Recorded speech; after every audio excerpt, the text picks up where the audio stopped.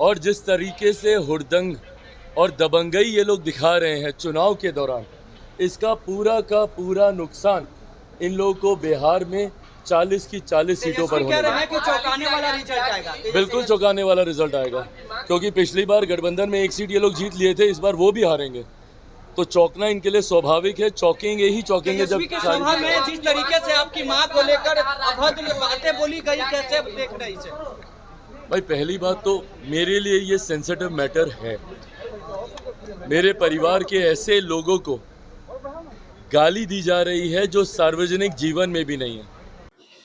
नमस्कार, आप देख रहे हैं जार्क मीडिया और मैं हूं अभिषेक मिश्रा। देखिए, एक तरफ आज बिहार की 4 लोकसभा सीटों के लिए वोटिंग हो रही है, जमुई, औरंगाबाद, नवादा और गया में वोटिंग हो रही है, तो दूसरी तरफ तेजस्वी यादव की जमुई की एक सभा को लेकर बिहार की राजनीति पूरी तरह से गर्म है। इस पूरे मामले ने तूल पकड़ा हुआ है। तेजस्वी यादव को लेकर चिराग पासवान नाराज हैं।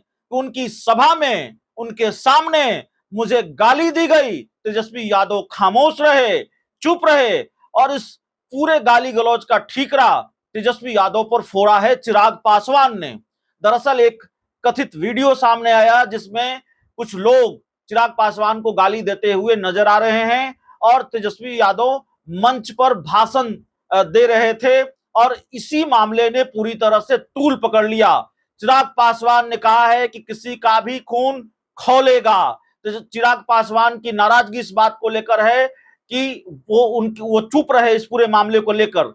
चिराग पासवान का पूरा बयान सुनिए। आज एक बार फिर उन्होंने तेजस्वी यादव पर निशाना साधा है, हमला बोला है, इस पूरे मामले को लेकर अपनी नाराजगी जताई है। अब जीत के मार्जिन की है कि कौन कितने बड़े मार्जिन से सीट निकालता है। भाई मैं एनडीए गठबंधन का सहयोगी हूँ, सिर्फ इसीलिए ही नहीं, पर चारों सीटों पर हम मॉनिटरिंग कर रहे हैं और चारों सीटों से एक बात क्लियर है कि हमारे प्रत्याशी चारों जगह जीत रहे हैं और कमोवेश यही माहौल पूरे देश भर का है।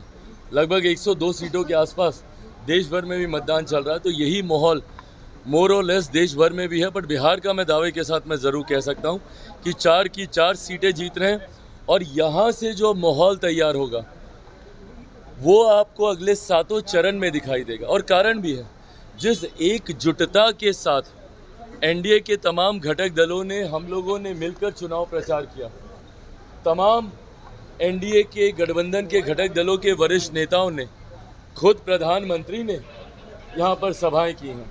ऐसे में आप मुझे बता दीजिए, इंडिया अलायंस के कौन लोग आए? क्या उनके कांग्रेस का कोई बड़ा नेता आया क्या यहाँ पर?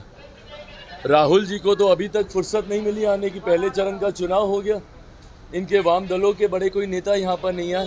तो वो गंभीरता नहीं है पहले चरण को लेकर, कम से कम इंडिया अलायंस के घटक दलों में वो गंभीरता नहीं थी।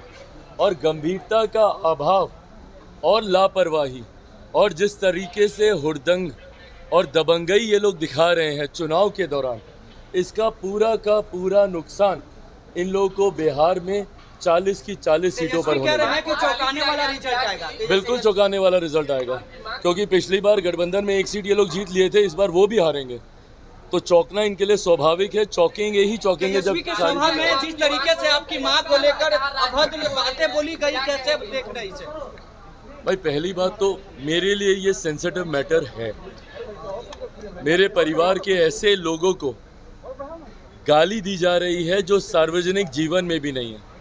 बहरहाल इसका मतलब कतई ये नहीं है कि अगर कोई सार्वजनिक जीवन में हो तो आप उनके लिए आप गाली गलौज का इस्तेमाल कर सकते हैं, किसी के लिए भी नहीं। ना किसी नेता के लिए, ना किसी आम बिहारी के लिए, ना किसी देशवासी के लिए, ना ही किसी इंसान के लिए। सभ्य समाज में ऐसी अभद्र भाषा की कहीं कोई गुंजाइश नहीं है। मैं मानता हूँ मर्यादित शब्दों में रहकर आप कड़े से कड़ा विरोध भी आप दर्ज करा सकते हैं। शब्दों की मर्यादा को राजनीति में रखना ज़रूरी है और ख़ास तौर पर ये जिम्मेदारी हम जैसे युवाओं पर और बढ़ जाती है, जिनको एक बड़ी आबादी अपना आदर्श मानती है। ऐसे में हम लोग का पब्लिक कंडक्ट, सार्वजनिक आचरण जो हम लोग का रहता है वो बहुत मायने रखता है, क्योंकि लोग उसको एज एन एग्जाम्पल लेते हैं कि नेता ये कर रहा है मैं भी ये करूँगा।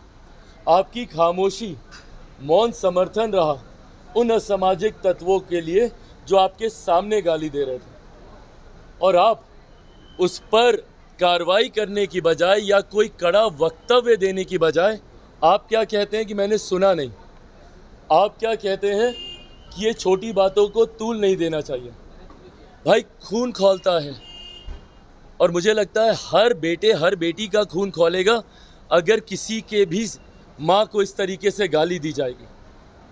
किसी के भी साथ ये घटना होगी, हर किसी का खून खौलेगा। मैं तब भी बहुत संयमित तरीके से अपनी बातों को रख रहा हूँ, पर इन बातों पर दुख या कार्रवाई करना तो दूर, इसको कवर अप करने का प्रयास किया जा रहा है और इसको ढकने का प्रयास किया जा रहा है, ये बोलकर कि ऐसी बातों को तूल नहीं दिया जाना चाहिए। ये आपकी मानसिकता को दर्शाता है।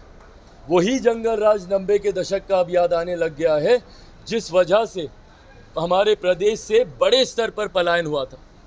ये अगर वो जंगल राज की परछाई नहीं है तो और क्या है। आज एक असामाजिक तत्व में इतनी हिम्मत कि तेजस्वी यादव के सामने चिराग पासवान के परिवार को गाली दी जाती है और वो कुछ नहीं बोलते हैं। सोचिए उस व्यक्ति की हिम्मत कितनी बढ़ेगी। गांव में जाएगा, देहात में जाएगा, जब चिराग पासवान की मां के बारे में बोलने में कुछ नहीं हुआ तो गांव की महिलाओं के साथ वो क्या हरकत करेगा। यही जंगल राज है जिसकी अब आहट सुनाई देने लग गई है। और ऐसे में इन लोगों की सोच, दुख मुझे इस बात का ज़रूर है कि मेरा छोटा भाई है, वो उनके सामने ये हुआ। राबड़ी देवी जी मेरी माँ है, बात ख़त्म। यहाँ पर मेरे सामने अगर कोई उनके लिए कुछ कहता, मेरी बहन मीसा दी के लिए कुछ कहता, रोहिणी के लिए कुछ कहता, ये तो वो लोग हैं जो सार्वजनिक जीवन में हैं। उनके अलावा भी इनके परिवार या किसी भी बिहारी या किसी भी हिंदुस्तानी के लिए कोई कुछ इस तरीके की भाषा का इस्तेमाल करता, मैं वही मुंह तोड़ जवाब देता। हराकर जवाब देंगे? मैं कड़ी आपत्ति उस वक्त दर्ज करता और हराकर जवाब देने की भाई मुझे ज़रूरत नहीं है। बिहार की जनता आज की तारीख में सक्षम है इस बात का आकलन करने के लिए कि जो लोग इस तरीके की भाषा का इस्तेमाल कर रहे हैं, जो चुनाव में ही आपकी माँ बहनों को अपमानित करते हैं।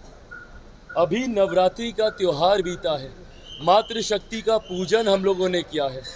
मातृशक्ति, उस शक्ति की इन्होंने किस तरीके से इन्होंने उन्हीं का अपमान करने का काम किया। नवरात्रि के पहले दिन मछली लहराकर और नवरात्रि के आखिरी दिन मातृशक्ति को गाली दिलवाकर, ये इनके संस्कारों को दिखा रहा है, आरजेडी के कल्चर को दिखा रहा है।